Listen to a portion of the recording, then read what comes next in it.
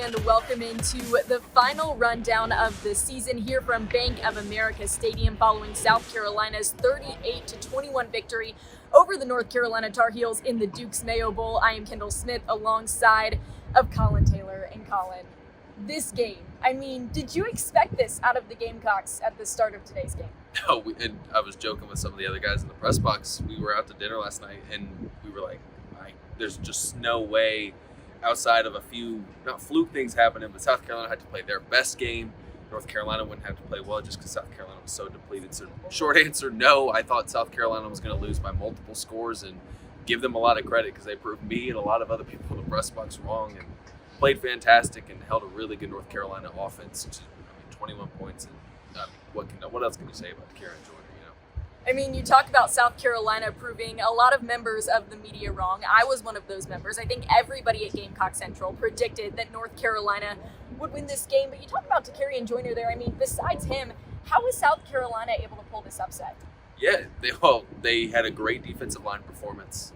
You get pressure on Sam Howell, you stop the run, and then you're able to run the ball. Those are factors. South Carolina didn't force a turnover, and they really kind of dominated this football game. North Carolina was kind of at arm's reach all game. When you run the ball and when you stop the run and force a really good quarterback off his spot and get him uncomfortable, that tends to lead to success. So that's one of the big things South Carolina did, I think, today. South Carolina had no Cam Smith today. They had no J.J. Ngbare, no Zaquandre White, no Jason Brown.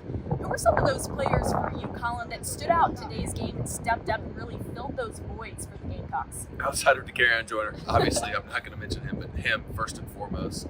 Jabari Ellis had a fantastic day up the middle. Jordan Strawn was great filling in Ngbare's role. Kevin Harris looked like last year's Kevin Harris, finally healthy. Juju McDowell had big days. And Jaheim Bell, I mean, what can you say about him? He had 2 catches. The first 2 passes of the game went to Jaheim Bell, and he took them both for house calls. 2 catches, 135 yards, and 2 scores on his first 2 receptions. So those are the guys that when you look down and say, who are the big impact guys, it's them, and then obviously Joyner coming out and playing just the way he played and winning it. With this win for South Carolina, they have a winning season for the 2021 year. I'm sure it makes a ton of Gamecock fans very, very excited.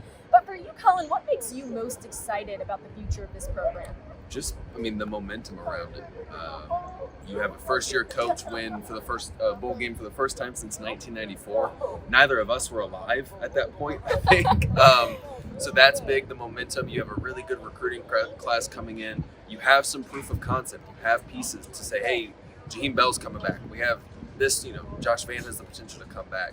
All of these things, that benefits you. Then you have Spencer Rattler coming in along with it. So certainly some of those things make you really, really optimistic going forward. And obviously the culture around what Shane Beamer is building along with his staff really make you probably feel really happy about the direction of the program. I certainly was not alive in 1994. I was closer to being alive in 1994. 6 years later, yeah, me and Collyn always love to make jokes about how he's so much older than me, right, Collyn? But no, in all seriousness, Shane Beamer up for the Steve Spurrier first-year coach of the year. Do you think this victory today should solidify that win for him?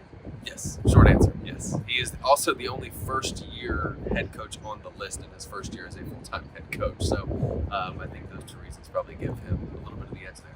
Also want to give a shout out to Parker White. He is now the all-time leading scorer at the University of South Carolina in the football program. But Collyn, I think there's no better way to end off the rundown here at the Duke's Mayo Bowl. I mean, we have to do it by doing a little Mayo taste test. So I'm going to put down my clipboard. We did get a jar of mayo. I'll show you right here. A jar of mayo. It's got the South Carolina, North Carolina logos on it. So we're going to taste this mayo. And Collyn hates mayo. So, are you ready? Take your spoon off my clipboard. I have it all ready to go.